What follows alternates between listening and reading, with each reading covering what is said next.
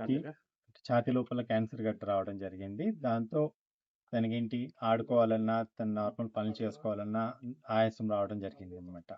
ఎందుకని చెప్పంటే ఇది ఊపిరి తీసుకున్న గొట్టం మీద ట్రేకియా మీద కంప్రెషన్ రావడము, హార్ట్ మీద కూడా ప్రెషర్ పడుతూ డిఫికల్ట్గా ఉండడం జరిగింది. అయితే ఇది వచ్చినటువంటి ట్యూమర్ ఏదైతే ఉందో చాలా రేర్గా చూస్తాము. థైమోమా అంటారు. అది జనరల్గా ఏజ్ గ్రూప్ 60 అండ్ అబవ్లో వస్తుంది. పీడియాట్రిక్ ఏజ్లో చాలా రేర్గా వస్తుంది. సో అటువంటి రావడం వల్ల దాని తోడుగా మనకేంటి కొంత మజిల్ వీక్నెస్ వస్తుంది అనమాట. దాని కారణంగా పేషెంట్కి రిపీటెడ్ ఇన్ఫెక్షన్స్ రావడము, ఆయాసంతో స్కూల్ డిస్టర్బ్ కావడం అనేది జరిగింది. దాన్ని ఇన్వెస్టిగేట్ చేసి అంటే మల్టీమోడాలిటీ అందరినీ స్పెషలిస్ట్ ఇన్వాల్వ్ చేసుకొని దెన్ సక్సెస్ఫుల్గా ఛాతీ ఆపరేషన్ చేసేసి ఆ గడ్డ తీయడం జరిగింది. సో దీని ద్వారా ఇప్పుడు వన్స్ పోస్ట్ ఆప్ పీరియడ్ స్మూత్గా అయిపోవడంతో సర్జరీ అయిన తర్వాత వారం రోజుల తర్వాత పేషెంట్ కంప్లీట్లీ రికవర్ అయ్యి వారం 10 రోజుల లోపల తను స్కూల్కి వెళ్ళడానికి మళ్ళీ రీస్టార్ట్ చేసుకోగలిగాడు.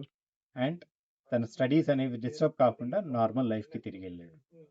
యాక్చువల్గా ఈ ఏజ్లో రావడానికి రీజన్ ఈ ఏజ్లో రావడానికి రీజన్ అంటే థైమోమాకి స్పెసిఫిక్ రీజన్స్ అంటూ ఏం చెప్పడానికి రాదండి. ఇది అదే చెప్పాం కదా, పీడియాట్రిక్ ఏజ్లో మనం ఈ థైమోమా క్యాన్సర్ చూడము.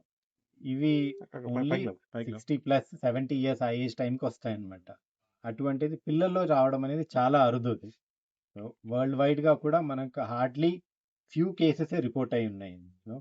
సో చాలా rare case and managed according to that. Still ఇండియాలో ప్రజెంట్ ఎట్లాంటి కేసెస్ ఏం జనరేట్ అయ్యాయి?